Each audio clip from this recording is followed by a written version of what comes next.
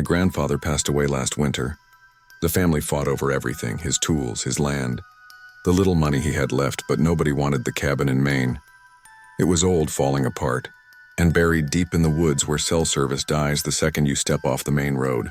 My parents told me I could have it, maybe fix it up or sell it, but I was broke, so I drove up there alone, thinking I'd at least clean it out.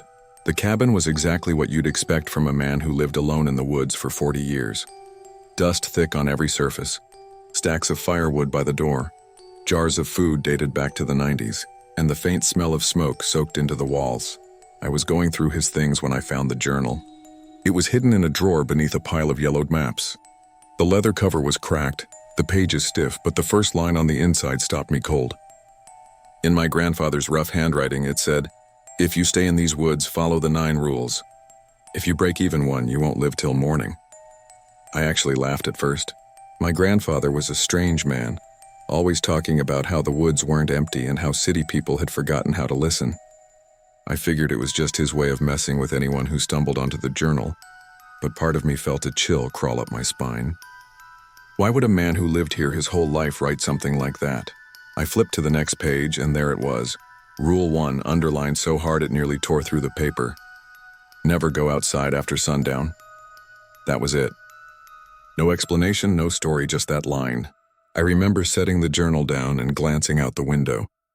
The trees pressed close around the cabin, the kind of endless forest that looks the same no matter where you turn. If I stepped out after dark, would I really notice anything? Or was this just an old man's paranoia written down in a book? Still, I couldn't shake the feeling that maybe he meant it literally. I put the journal aside and kept cleaning. By the time the sun started sinking, I'd built a fire and found some canned food that wasn't expired. But when the last light disappeared, I heard something. At first it was faint, like a crunch in the snow outside. Then another. Footsteps, slow, deliberate, circling the cabin. I froze. The journal's first rule flashed in my head. I told myself it was just an animal, deer, maybe a moose, but then I heard it again. The steps stopped right outside the front door.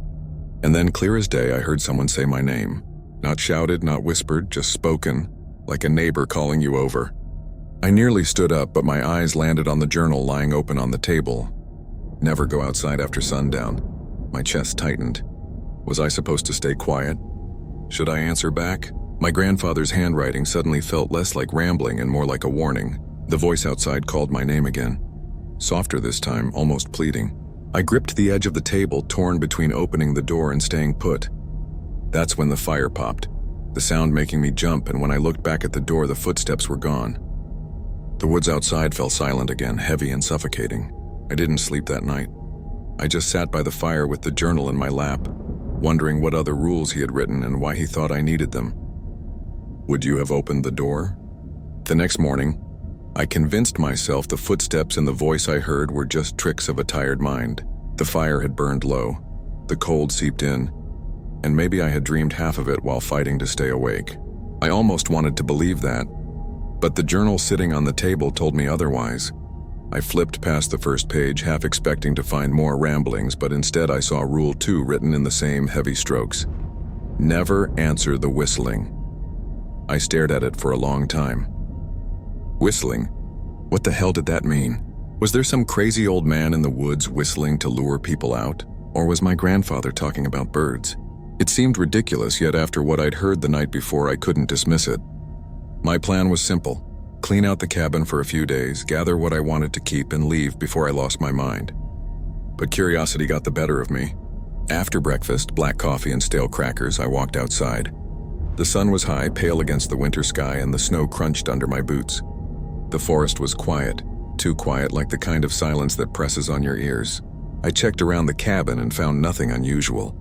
But when I wandered further, maybe 50 yards into the trees, I started noticing strange signs. Scratches in the bark, not from animals, but deliberate straight lines that cut deep into the wood. On one tree, 3 lines crossed together like some crude symbol. On another, I saw what looked like a circle with an X through it. I touched the grooves and felt the cold bite of metal still clinging there, as if they'd been carved recently. My grandfather hadn't had visitors for years, so who had made these?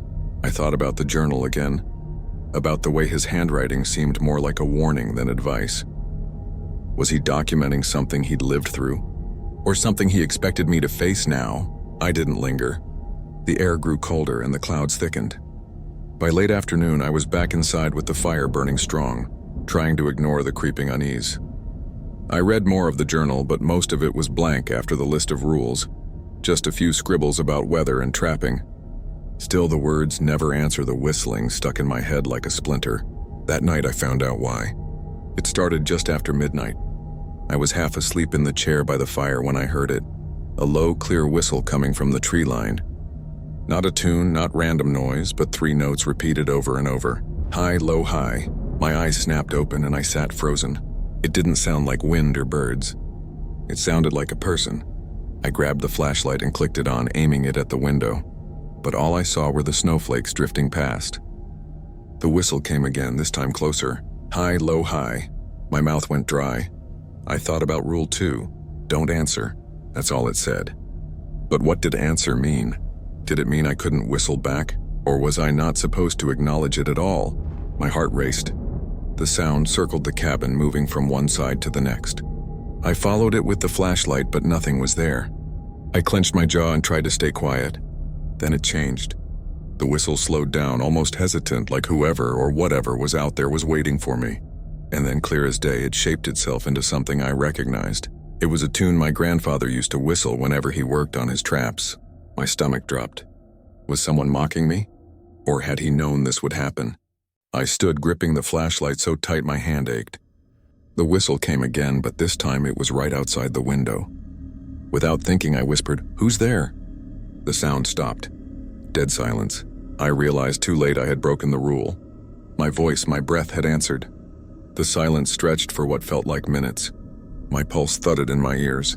Then from the darkness, the whistle started again, but slower, drawn out, and it echoed from every side of the cabin at once, like the trees themselves were breathing it back at me. I stumbled back from the window, panic clawing at me. The fire flared, sparks snapping into the air as if the whole cabin shivered. I slammed the shutters closed and sat with my back against the wall, forcing myself not to make another sound. The whistle went on all night, never stopping, always circling, sometimes near, sometimes far, until just before dawn, when it faded into nothing. I didn't sleep. When the sun finally rose, I crept outside to check the snow. My boots crunched over the frost, but what I saw made my blood run cold. Footprints, dozens of them surrounding the cabin, bare feet pressed deep into the snow. No shoes, no socks, just human feet. Small, large, all sizes, as if a crowd had gathered around me while I sat inside. They trailed off into the trees, disappearing into the shadows. I felt sick. I knew then the journal wasn't just paranoia. My grandfather had lived with this, and now so was I. I went back inside, hands shaking, and flipped open the journal again. There was no explanation for Rule 2, just those same words scrawled in bold ink. Never answer the whistling. I had broken it, even in the smallest way, and somehow I was still alive. But for how long? I couldn't stop thinking about what would have happened if I'd actually whistled back, if I'd done more than just whisper into the night. Maybe I'd already made a mistake I couldn't undo. Maybe it was only a matter of time before the woods collected on that debt. Would you have been able to keep silent? I didn't leave the cabin the entire next day. The sight of those bare footprints in the snow haunted me. And even when the sun rose, the silence outside felt heavy, like the woods were watching.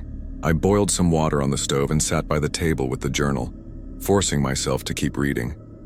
The next page was Rule 3, and the words were written darker than the rest, like my grandfather had pressed so hard his pen nearly ripped through the paper. Don't look at the red lantern. That was it. No notes, no warnings, just those 6 words. I frowned, running my finger over the ink. What lantern? There hadn't been a working light out here in decades. The cabin had one generator, and I doubted the old man ever ran it at night. So why warn about a lantern, and why red?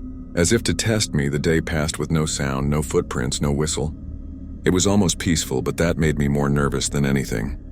Around dusk, there was a knock at the door. Not heavy, not insistent, just 2 soft taps. My heart stuttered. I froze, waiting for it to happen again. And it did. Tap, tap. I clenched my fists, thinking of Rule 4 that I'd glimpsed earlier about strangers who knock. I didn't move. After a long silence, I thought it was over. But then a voice called out, old and ragged like dry leaves crunching. "You shouldn't be here." The words slipped through the wood like smoke. I almost answered, almost demanded to know who it was, but the memory of breaking Rule 2 made me bite my tongue. I sat there until the footsteps faded into the trees. When I finally breathed again, I glanced out the side window. That's when I saw it, a glow. At first faint, like a match flaring in the dark. Then brighter, a red light swaying between the trees. My stomach clenched. A lantern. The journal's words screamed in my head, "Don't look at the red lantern." I dropped the curtain, but curiosity burned like fire in my chest. Who was out there? Was it the same thing that whistled? Or something else? The glow moved slowly, swaying back and forth, closer each time. Against my better judgment, I peeked again. Through the window, I saw the outline of a figure carrying the lantern. Tall, thin, its arm dangling like the weight was too much. The red glow lit up the snow, casting long shadows that bent the trees. My eyes followed it before I realized what I was doing. And then, I swear, the figure stopped. It didn't move. The lantern stilled. The light flared brighter, burning my vision, and I stumbled back from the window with my heart in my throat. My head throbbed, my vision swam. It felt like the glow had seared into my skull. I slammed the shutters closed and sat against the wall, covering my eyes with my hands. Behind my eyelids, I still saw red, like the light had burned itself into me. For hours, I sat shaking, afraid to move, afraid to breathe. At some point, I must have dozed off because I woke to silence and faint gray light creeping through the cracks. Morning.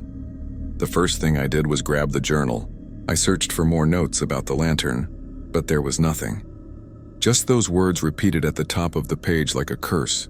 "Don't look at the red lantern." I thought maybe it had all been in my head, but when I stepped outside, I saw a circle burned into the snow about 30 yards from the cabin. The snow was melted down to the dirt, blackened around the edges, and in the center was a smear of ash that smelled like burnt iron. My stomach lurched. Something had stood there all night waiting, watching. I went back inside and locked the door behind me, but I couldn't stop thinking about it. Why the lantern? Why red? And what would have happened if I hadn't looked away? Did I already break the rule by peeking even for a second? Maybe the damage was done. Maybe it was only a matter of time before whatever carried that lantern came back for me. Would you have looked? By the third day in the cabin, I'd stopped pretending this was some joke my grandfather had left behind. The rules were real. Rule 1 had saved me from opening the door when the voice called. Rule 2 nearly got me killed because I answered the whistle. Rule 3 burned red into my vision and left that scorched circle in the snow. Each one felt more dangerous than the last, and I was starting to realize the journal wasn't a guidebook. It was a survival manual. That morning I sat by the table staring at Rule 4, written as simply as the others. "Don't trust strangers who knock." The words made my stomach tighten. The memory of the 2 soft taps on the door 2 nights before came rushing back. Whoever had been out there, they hadn't gone away. The day dragged on with nothing but silence. I tried chopping firewood to distract myself, but every swing of the axe felt like an echo in a graveyard. The wood seemed emptier than ever. When dusk came, I bolted the door and fed the fire high, determined not to repeat my mistakes. Hours passed. Midnight crept closer. Then it happened. Knock, knock, my breath caught. The sound was louder this time, deliberate, like knuckles against old wood. I sat frozen in the chair, staring at the door. Another knock, slower, followed by a voice. "Hello, is someone in there? Please, I need help." It was a man's voice, deep but shaky, like he'd been running for miles. "I'm lost," he said, his words muffled through the wood. "Please let me in." My mind spun. What if it was real? What if someone had wandered into the woods and needed help? Maine winters could kill a man overnight if he didn't find shelter, but Rule 4 was burned into my thoughts. Don't trust strangers who knock. My pulse pounded in my ears. The voice came again, closer this time, like his mouth was pressed against the wood. "I can see your fire. Don't ignore me." I gripped the journal, my hands slick with sweat. My grandfather must have heard voices like this too, enough to make him write it down. But what if he was wrong? What if this was just a hiker who'd lost his way? "Open up," the voice said, firmer now. "It's freezing out here." I didn't move. I kept silent, but curiosity gnawed at me. Against my better judgment, I inched to the side window and pulled the curtain back just enough to peek. My blood turned to ice. A man stood outside, maybe 6 feet tall, bundled in an old parka. His head was down, but his hands hung stiff at his sides. The firelight from inside flickered across his face as he slowly looked up, and I saw nothing. No eyes, Just empty hollows where they should have been, dark pits that reflected nothing at all. My breath hitched and I dropped the curtain, heart slamming against my ribs. The knocking started again, harder now, rattling the frame. "Let me in," the voice demanded, deeper, stretched thin like it was straining to stay human. I stumbled back, clutching the journal like a shield. The knocking didn't stop. It grew louder, sharper, until I thought the old wood might splinter. Then silence. Utter silence, so heavy it hurt my ears. I dared to peek again. The porch was empty. No man, no footprints in the snow, just untouched white leading back to the trees. My knees shook as I sank into the chair. I had obeyed Rule 4, but barely. If I had opened that door, if I had trusted that voice, I don't think I'd still be alive. The fire cracked, making me jump. I pulled the journal closer, whispering the rule under my breath like a prayer. Don't trust strangers who knock. But one thought refused to leave me. What if next time the knock sounded like someone I knew? What if it wasn't a stranger at all? Would you have opened the door? By now I had learned one thing about the journal. The rules weren't optional. They weren't advice or old superstition, they were lifelines. The night of the knock had almost broken me, and I woke the next morning drenched in sweat. My throat raw like I'd been screaming in my sleep.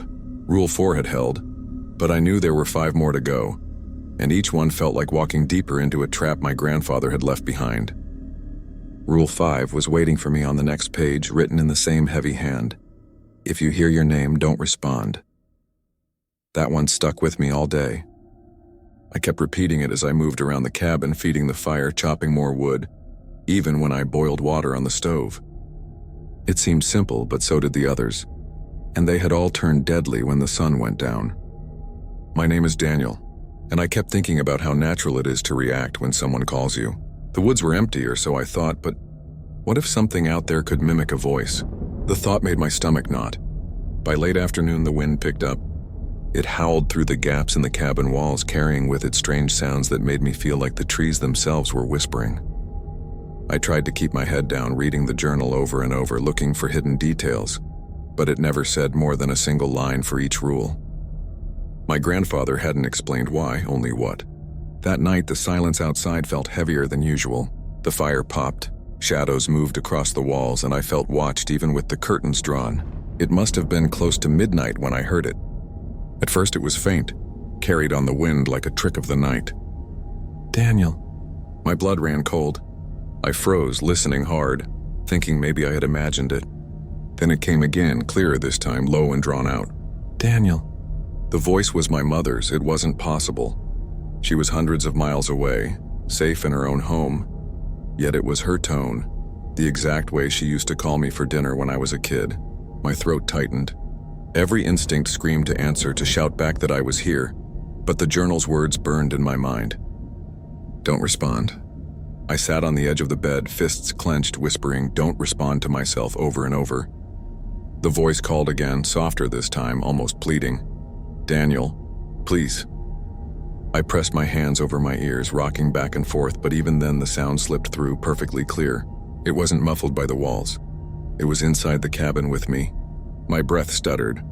I glanced at the door, half expecting it to fly open, but nothing moved. The voice came once more, but this time it wasn't my mother's. It was my father's. "Son," it said, firm and commanding, the way he used to when I was in trouble as a boy.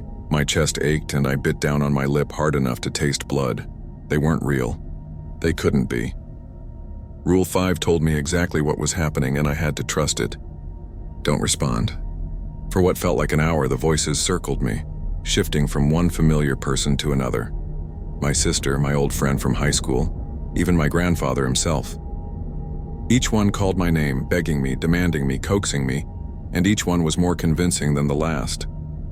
I sat there in the dark, trembling, refusing to open my mouth. At one point, I swear I felt warm breath on the back of my neck as my own voice whispered my name. "Daniel!" I bolted upright, spinning around, but there was nothing there. Nothing but the shadows and the sound of my own pulse pounding like a drum. When it finally stopped, when the silence settled again, I broke. I fell onto the floor, clutching the journal to my chest, sobbing like a child. I hadn't answered.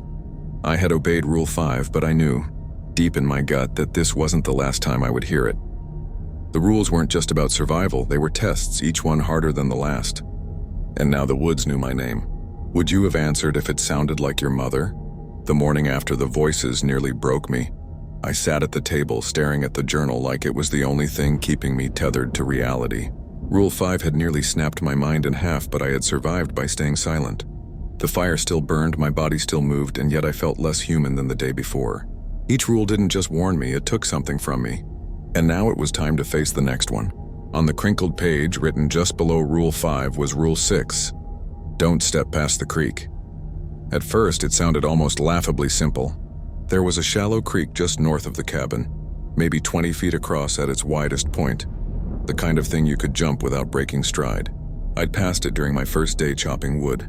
The water had been frozen in some spots, moving sluggishly under a thin layer of ice in others. Why would stepping past it matter? The words "don't step" implied more than "don't cross." It meant stay on this side no matter what.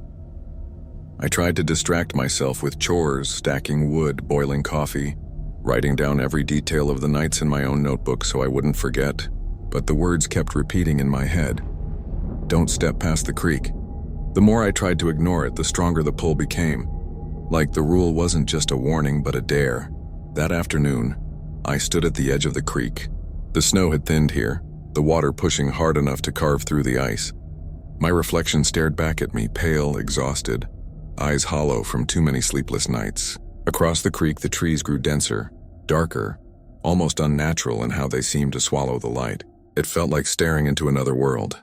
I remembered my grandfather's scroll, how he never explained why, only what. Don't step past. But what would happen if I did? A part of me wanted to know, wanted to test it just once. Maybe the rules were exaggerated. Maybe they weren't real at all and I was just unraveling. I tossed a stick into the water. It drifted, spinning in the current, then caught on something beneath the surface and disappeared. That was enough to unsettle me, but not enough to prove anything. I turned back toward the cabin, but that's when I heard it. "Daniel," the voice called from the other side, faint but unmistakable. Not the voices from before, not family or friends, it was my own voice. My exact tone, my exact cadence echoing from the trees across the creek. My knees locked. My throat went dry. The journal's rules blended together in my head. Don't answer your name. Don't step past the creek. Whoever or whatever was out there knew both. It was waiting for me to break. The voice called again, closer this time, like I was standing just behind those trees. "Daniel, come here." The snow crunched. Something moved between the trunks. A figure stepped forward. My breath stopped. It was me. Same jacket, same boots, same pale face, but wrong. Its smile stretched too wide. Its arms hung too long, and its eyes were just slightly off-center. Like someone had copied me from memory and missed the details. It lifted its hand and waved, a slow, unnatural gesture. "Daniel," it said again. My chest heaved. Instinct screamed to run, but my feet stayed rooted at the creek's edge. The other me tilted its head, studying me like I was prey. Then it took a step forward. The creek water rippled, darkening as if something beneath stirred. I stumbled back, remembering the words on the page. Don't step past the creek. That line wasn't meant just for me, it was to keep them out. The copy stopped at the bank, toes inches from the water. It smiled wider, showing too many teeth. Then it crouched low, pressing its hands into the snow and whispered in my voice, "All you have to do is step forward." My legs shook. I bolted back to the cabin, slamming the door, bolting it shut, pressing my back to the wood until my lungs burned. Outside, faint and distorted, I could hear my own voice calling again, circling the cabin like a predator. "Daniel, Daniel, Daniel." It lasted hours before fading into the night. I didn't sleep. I didn't blink. I just sat clutching the journal, whispering the rule to myself until the sun came up. Don't step past the creek. But what happens if one of them figures out how to step across first? I thought I'd already seen the worst of it. The voices, the knock at the door, the copy of myself waiting just across the creek. I thought nothing could twist me up worse than that. But Rule 7 was sitting there in my grandfather's jagged handwriting, waiting like a trap. Never look into the trees after midnight. It didn't explain why. It never did. And that was the part that always drove me insane. The what was clear enough, but without the why. Every second after dark became a guessing game. A tightrope walk between paranoia and survival. I told myself I could handle this one easily. Just avoid looking at the trees. Keep the curtains closed, keep my eyes inside the cabin, simple. But the rules had a way of finding cracks in your resolve, and midnight was coming whether I wanted it or not. That night the air turned sharp, colder than any of the nights before. The wind wasn't howling, it was worse than that. It was dead still, the kind of silence where you can hear your own heartbeat thudding in your ears. I kept the fire going strong, the light filling every corner of the cabin, but shadows crept along the walls anyway. My eyes flicked to the window more times than I care to admit, each time catching myself just before I pulled the curtain back. The journal sat open on the table, the words glaring at me. Never look into the trees after midnight. Midnight arrived like the air had shifted, a pressure change that told my body something was wrong even before the clock on the wall ticked over. And that's when it started. A sound, faint at first like tapping. I froze, straining to hear. It wasn't at the door. It wasn't at the window. It was coming from outside, deeper, from the tree line itself. Tap, tap, tap. The sound of something striking wood in an irregular rhythm. I told myself it was branches in the wind, but there was no wind. Then another sound joined it. Whispering. Too faint to make out words, but definitely voices. Dozens of them, overlapping, rising and falling in waves like a chant. My skin crawled. Every instinct screamed at me not to listen, not to move, but the sound grew louder, pulling at me. I gripped the arms of the chair, whispering the rule to myself like a prayer. Don't look into the trees. Don't look. The whispering grew sharper. Individual voices separating, some calling my name, others laughing, others sobbing like wounded animals. The urge to check the window was unbearable, like a hook digging into my mind.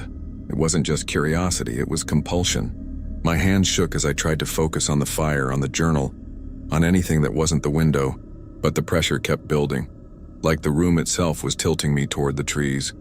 Then something changed. The tapping stopped.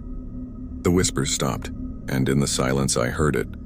A single voice, clear as day, coming from just beyond the trees. "Daniel, we see you!" My breath caught. My head turned before I could stop it. My eyes darting toward the curtain. I slammed them shut just in time, but I had seen enough. A sliver of dark between the fabric, and within it, the faint outline of something tall, something wrong, pressed between the trunks. My chest burned. I yanked the curtain closed tight, stumbling back from the window, my heart hammering like a drum. I hadn't fully looked, but I had almost broken the rule. And I knew if I had pulled the curtain wide, if I had stared straight into those trees, it would have been over. The voice came again, closer this time, right outside the window. "Daniel, open your eyes." My hands clamped over my ears, but the words vibrated inside my skull. My knees buckled and I dropped to the floor, curling into myself, muttering the rule like a mantra. Never look into the trees after midnight. Never. The fire cracked, shadows leaping across the walls like they were alive. For hours, the voice circled the cabin, sometimes whispering, sometimes roaring, demanding I look. At one point, I swear I felt the curtain twitch as though fingers were brushing the fabric from the outside. I stayed on the floor until the faint glow of dawn bled through the cracks. And then it stopped. No voices, no tapping, no presence outside the window. Just silence. I dragged myself upright, my body trembling with exhaustion. The journal sat open on the table, waiting, reminding me how close I had come. Never look into the trees after midnight. I had survived, barely, but I knew the rules were tightening their grip, one by one closing the circle around me. I keep thinking about that sliver of darkness I saw through the curtain, that shape standing just beyond the line of trees. It didn't feel like it wanted me to look. It felt like it needed me to. And I can't shake the question eating at the back of my mind. What would have happened if I had? Would you have risked a glance? I didn't think I had anything left to lose. Rule 7 had nearly broken me, pulling me to the edge of the window, forcing me to fight against instincts as primal as breathing. But the journal didn't stop. It never gave me rest. The next page waited for me in the morning light, the paper stiff, the words cut deep with my grandfather's pen. If you see the lantern light, don't follow it. That single line gnawed at me all day. A lantern meant people. People meant safety. If there were hikers or locals out here, shouldn't I be running toward them, not away? But every rule so far had proven the opposite of instinct. Everyone had punished hesitation. So I sat in the cabin, staring at those words, trying to imagine what kind of light could lead to death. The night came fast, too fast. Clouds covered the moon, and the dark pressed against the cabin windows like a weight. The fire cracked, but even its glow felt small, swallowed by the black pressing at the walls. I told myself I'd stay awake, keep the curtains drawn, and wait it out. Simple. Then I saw it. At first it was faint, just a glow slipping through a gap in the curtain. My stomach tightened. I knew the journal was testing me again. Against every instinct, I peeked. Across the creek, weaving between the trees, a lantern bobbed in the dark. It swung slow, steady, like someone walking a careful path. For a moment, I almost cried with relief. A person, another human being out here, maybe even someone who could help me get out. The urge to run out the door and cross the creek nearly overwhelmed me, but then I remembered Rule 6, don't step past the creek. And now Rule 8, don't follow the lantern. My throat tightened. Whoever carried that light was moving closer, weaving through the trees like they knew exactly where the cabin stood. I backed away from the window, heart hammering. The lantern glow grew brighter, and then horribly I realized it wasn't bouncing the way a lantern should. It wasn't light swinging on a handle. It was floating. Perfectly smooth. Perfectly steady. My knees buckled. I crawled back from the window, clutching the journal like a shield. The glow stopped at the edge of the creek, just like the copy of myself had days before. The water shimmered with its reflection, rippling as though stirred by something beneath. Then I heard it, a voice faint at first, carried with the light. "Daniel," it called, soft and coaxing, like a friend inviting me outside. My blood turned to ice. It was my grandfather's voice. He was dead. I knew that. I had buried him myself, but here it was, warm and familiar, drifting with the glow. "It's safe now," it said. "Come across." Tears burned at my eyes. For a moment, my body betrayed me. I stepped forward, my hand reaching for the door latch before I caught myself. My grandfather had written the rules. He had left this journal as a lifeline, and now something wearing his voice was using it against me. I stumbled back, whispering, "Don't follow it," over and over, rocking against the wall as the glow lingered at the creek. It pulsed brighter, stronger, and for a moment I thought I saw a shape behind it. Tall, thin, holding nothing at all. The glow wasn't coming from a lantern, it was coming from its chest. The thing stood there for what felt like hours, calling my name in a dozen voices, sometimes begging, sometimes laughing. The glow dimmed and brightened like it was breathing. And then, as the first light of dawn touched the horizon, it slipped back into the trees and vanished. I collapsed against the floor, every muscle trembling. The journal lay open beside me, the rule as clear as ever. Don't follow the lantern light. But one thought keeps tearing at me. If it had stepped across the creek, if it had walked right up to the cabin, would I have been able to resist? Or would I have opened the door to the only thing that looked like hope? The journal felt heavier that morning, like the words inside knew I was running out of chances. I hadn't slept. The glow from the night before had burned into my brain. That steady floating light calling my name in voices that didn't belong to it.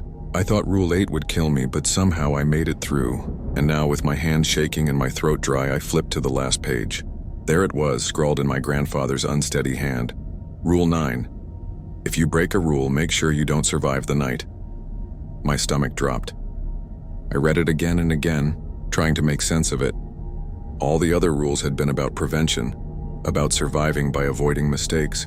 But this one was different. This one was about what to do when you failed. My grandfather had written an instruction for dying. The words didn't sound like a warning. They sounded like a command. I slammed the journal shut and paced the cabin. My grandfather knew he wouldn't be able to follow them all, not forever. He must have written this rule for himself. The thought made me nauseous.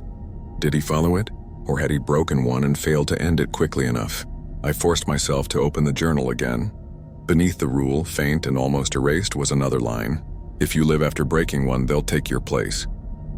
The pen must have nearly run dry when he wrote it, but I could still see the words carved into the paper. They'll take your place. I thought about the reflection in the creek, the voice at the window, the lantern light pretending to be my grandfather. Every rule had been about keeping them out, keeping them from replacing me. And if I slipped even once, if I let one inside or ignored a warning, they wouldn't kill me right away. They would become me. That thought rattled me worse than death itself. I didn't want anyone wearing my face, using my voice, walking into the world while the real me rotted in this cabin. But the longer I stayed here, the more I wondered if that was already happening.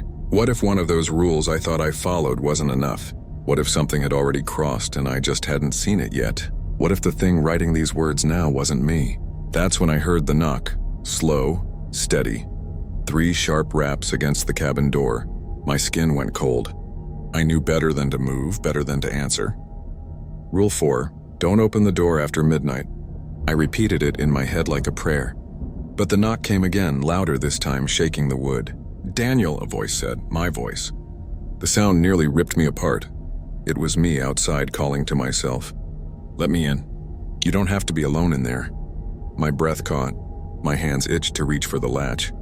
If it was me outside, then who was I? Rule 9 circled in my head like a curse. If you break a rule, make sure you don't survive the night. I realized the final rule wasn't just about dying. It was about preventing this exact moment. The replacement wasn't waiting to sneak in anymore. It was already here, pounding on my door, asking to be let inside. I backed away from the door, clutching the axe I'd kept by the woodpile. My arms shook so badly I could barely hold it upright. The knock turned into pounding, furious now, rattling the hinges. "You're weak," the voice outside shouted. "You can't follow them all. You'll let me in sooner or later. You always do." The words cut deeper than I wanted to admit, because part of me wondered if it was right. I had already failed. I had looked at the lantern light. I had listened to it. Even if I hadn't stepped outside, even if I hadn't followed, maybe that was enough to count as breaking a rule. Maybe I was already marked. I pressed my back against the far wall, trying to convince myself there was still a way out, still a way to survive. But the journal lay open on the table. The final words burned into the page. "If you break a rule, make sure you don't survive the night." That's when the pounding stopped. Silence filled the cabin, heavier than the noise had been. I thought maybe it was over, but then I heard footsteps circling the cabin, slow and deliberate. It was testing the walls, the windows, the places where my defenses were weakest. My grip on the axe tightened. If it broke through, I would have one chance to use it, on the thing or on myself. I didn't know which. I wanted to scream. I wanted to tear the journal apart, burn it, run into the woods and let them take me, but something in me refused. Maybe it was stubbornness, or maybe it was the last piece of my grandfather inside me, the part that had left these rules as a shield.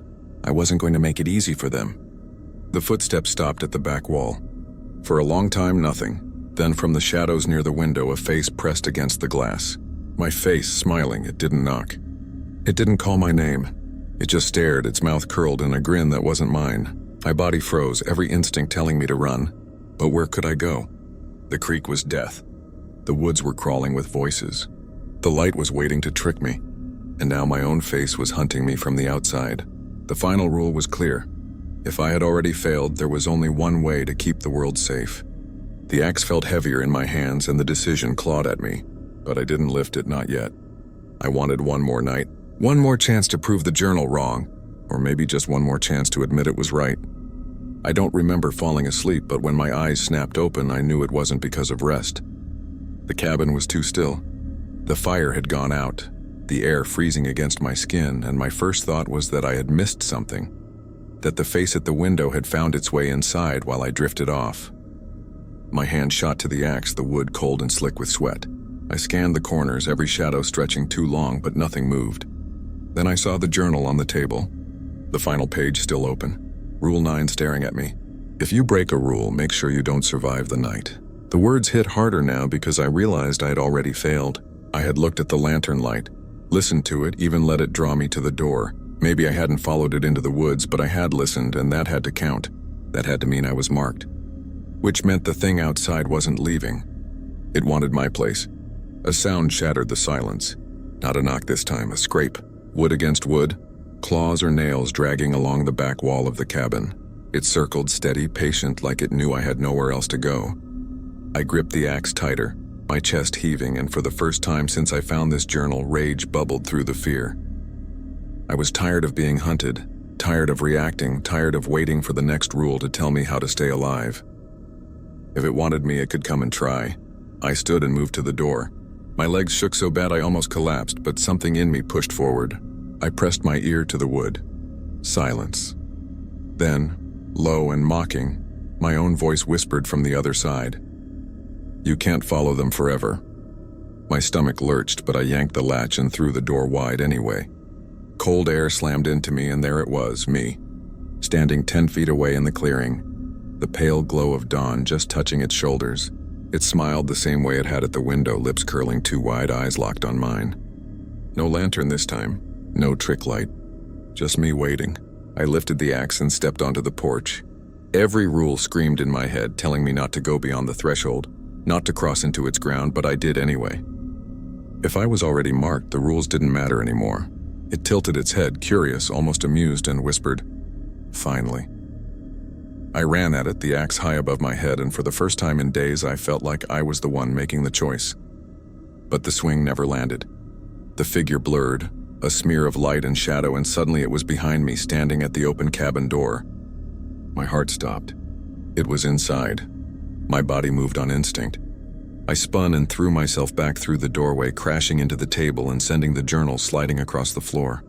The figure stood in the center of the cabin. My cabin, wearing my face, holding nothing, but its eyes glowed faintly like the lantern light. "Home," it whispered, and for a moment the voice wasn't mine. It was layered. Dozens of voices overlapping, all echoing through my skull. I roared and swung the axe.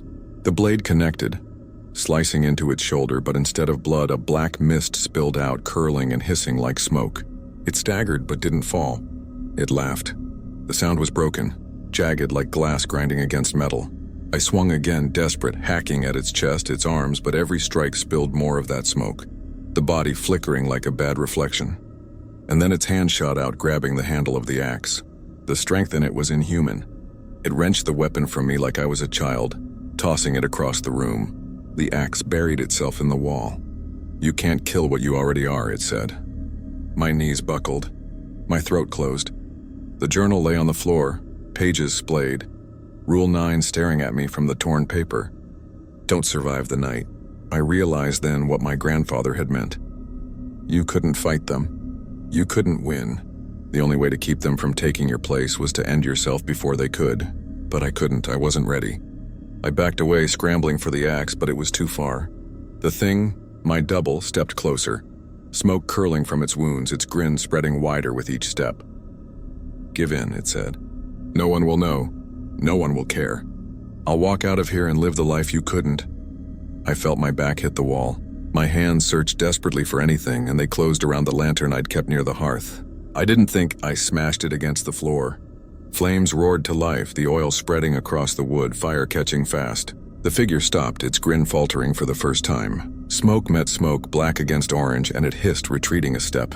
The fire spread faster than I expected, swallowing the floor, licking up the walls. The cabin was becoming a furnace, but I didn't care. If I couldn't survive, then neither would it. I stumbled for the axe, pulled it from the wall, and faced the thing through the flames. It circled, wary now, but still smiling, still confident. I raised the axe high, ready to end it or end myself, whichever came first. But before I could strike, the fire roared higher, choking smoke filling my lungs, and the figure vanished in the blaze, leaving only laughter behind. I collapsed, coughing, dragging myself toward the door as the cabin burned around me. The journal burned too, the pages curling and blackening, Rule 9 lost in the smoke. I barely made it outside before the roof caved in. I fell to the ground, the cold dirt burning against my face, my lungs heaving. Behind me, the cabin went up in flames, the only home, the only shield I had left, reduced to ash. But as I stared at the fire, I heard the laughter again. Not from the cabin, from the trees, from the creek, from everywhere. When the cabin collapsed, I thought maybe I had won. Fire devoured the place that had sheltered me, but it had driven the thing back, scattering its laughter into the smoke. I crawled away on my hands and knees, my throat raw, my eyes streaming, thinking I had bought myself time. But when the flames died down and only embers glowed where the cabin had stood, the truth settled in. I had destroyed the only thing keeping me alive. The cabin was gone. The journal was gone. The rules were gone. I was on my own. I staggered to my feet and stared at the black skeleton of the cabin, the smoke twisting into the sky like a signal fire. If anyone else was out there, they'd see it. Maybe help would come. But deep down I knew better. The smoke wasn't calling people. It was calling them. The laughter started before the ashes even cooled. Soft at first, a chuckle drifting on the wind. Then louder, circling me from every direction. My grip tightened on the axe, the only thing I had left. I wanted to scream into the trees, to tell them to come and finish it, but I knew that's what they wanted. They wanted me desperate. They wanted me broken, so I ran. I don't know how long I moved through the woods, lungs burning, legs numb, but the trees never seemed to end. The creek appeared again and again, twisting, following me no matter what direction I took. Every path I chose bent back toward the water, the ripples glinting like mocking eyes. I remembered the rule. Don't cross the creek. But what if the creek itself had no end? What if it was circling me like they were? I pressed on, deeper into the forest, until the sky darkened and the air grew colder than I'd ever felt. The silence broke with footsteps, not mine. Heavy, deliberate, matching me pace for pace. I turned, and through the trees I saw it. Myself. Not the flickering shadow I'd fought in the cabin, but me, whole and solid, walking just beyond the line of trunks. Its grin stretched wider in the dim light. It didn't rush. It didn't need to. It was hurting me, pushing me deeper into the woods. I tried to ignore it, tried to look forward, but every time I glanced sideways, there it was, keeping perfect pace. My chest heaved. My head pounded. The thought circled back louder than ever. If you break a rule, make sure you don't survive the night. I had failed that. I hadn't ended it. And now it was coming to claim me. The night fell fast, too fast. One moment the trees glowed faintly in the fading light. The next they were black columns against a starless sky. The temperature dropped, my breath fogging in the air, my fingers stiff around the axe handle. The laughter returned, sharper now, not distant anymore. It was inside the trees, inside the ground, inside me. Whispers layered over whispers, voices old and young, male and female, all weaving together into one command. Stop running. I froze without meaning to. The forest around me seemed to lean closer, the trunks crowding in, the branches clawing at the sky. In front of me, through the dark, a glow appeared. My stomach dropped. A lantern, the same steady floating light from before. I backed away, shaking my head, muttering, "No, no, no," under my breath. Rule 8, don't follow the lantern light. But the journal was gone, burned in the cabin. I only had my memory left, scraps of words in my grandfather's voice. What if I forgot something? What if there had been more after Rule 9, hidden in margins I hadn't noticed? The glow drifted closer, bobbing slow, patient, pulling me like a tide. Behind me, the footsteps grew louder. My double stepped into view, no longer hiding between the trees. It was closer than it had ever been. The axe in its hands now, not mine.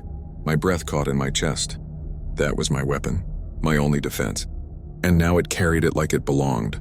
I turned back to the glow. Two choices. Step toward the light or wait for the shadow of myself to close the distance.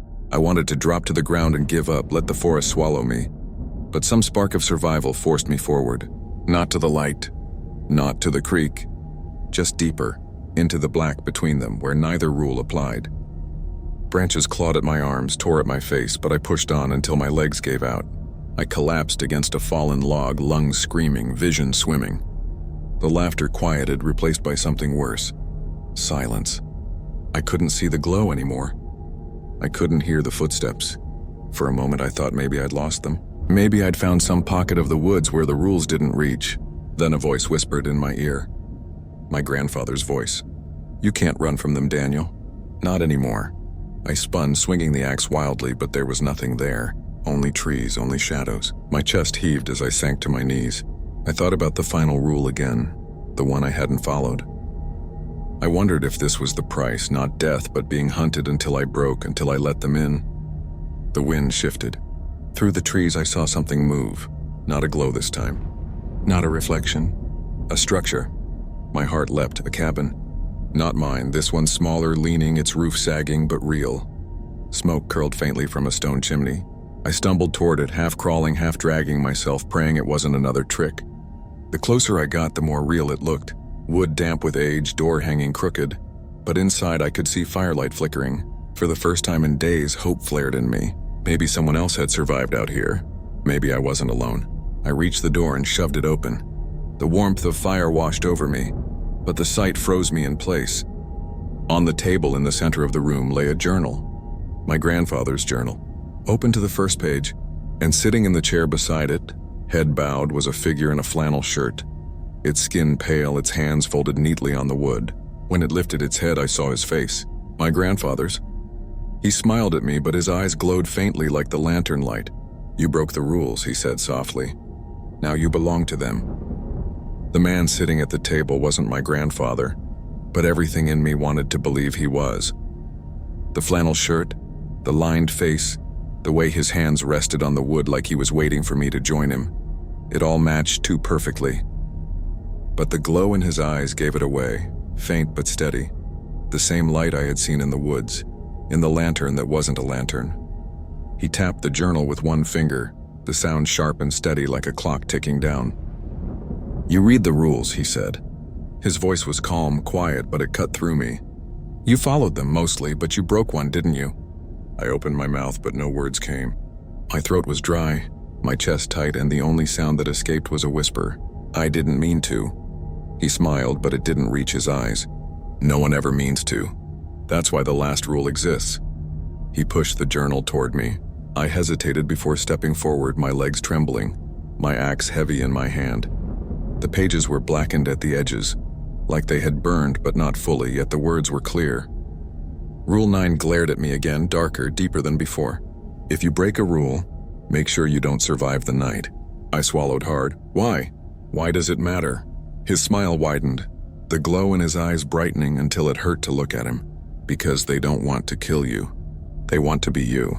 Every mistake you make is an invitation. Every crack in the rules is a door. If you don't close it, they step through. And once they're in, they don't leave." My chest heaved. I thought of the reflection at the creek, the knock at the window, the voices calling from the dark. I thought of the thing that had worn my face, carried my axe, laughed in my voice. "Then what are you?" I asked. His laugh was low, broken, carrying too many tones at once. "I was your grandfather once, but I didn't follow Rule 9. My knees buckled. The room tilted. He leaned closer, his hands curling against the table, the skin stretching too tight over bone. I thought I could outsmart them. I thought I could hold on. But I was wrong. Now I keep watch, I wait, and I write. He shoved the journal toward me again. "You'll finish it." I shook my head, clutching the axe like a lifeline. "No, I'm not like you." His eyes blazed. "You already are. You looked at the light. You listened. You let it in. Part of you is already gone." My chest tightened. I wanted to argue, to scream, but deep down I knew he was right. The nights blurred together. The whispers inside me grew louder, and sometimes when I caught my reflection, I wasn't sure it was me looking back anymore. He stood now, taller than I remembered, his shadow stretching too long, too wide. "There's one choice left," he said. "Take the axe. End it before they finish the job. Or walk out that door and let them have you." My grip on the handle trembled. My mind reeled, torn between instinct and terror. The fire in the hearth flickered, casting the journal's words into the air like they were alive, twisting, demanding. "If you break a rule, make sure you don't survive the night." I thought of my grandfather, of the man he used to be before he lost himself. I thought of what would happen if I left this cabin and something wearing my face walked into the world. The laughter outside grew louder, surrounding the walls, pressing closer. I raised the axe. My arms shook so violently I thought I'd drop it, but I lifted it higher, aiming at myself the way the rule demanded. His glowing eyes locked on mine, waiting, expectant. And then, just as I brought it down, the fire roared, the walls shook, and the cabin vanished. I was back in the woods alone, the axe buried in the dirt at my feet. My chest heaved, my vision blurred, and the laughter echoed all around. No cabin, no journal, no grandfather, just me. Or maybe not me anymore. I don't know how long I've been out here. Time doesn't move right. Sometimes I hear footsteps behind me. Sometimes I see the glow through the trees. Sometimes I catch myself whispering words I don't understand, in voices that aren't mine. I don't know if I survived the night or if they did. I only know one thing: the rules weren't just for me. They were for anyone who comes here, anyone who finds the journal, anyone who hears the voices in the woods. And now I'm telling you, because if you're watching this, if you're listening, it means they've already found another way out. Maybe through me, maybe through the story. So listen carefully. Don't step past the creek. Don't look at the window. Don't follow the light. And if you ever break one, don't survive the night. Because if you do, they'll be waiting in your reflection, maybe even right now, at your window, knock knock.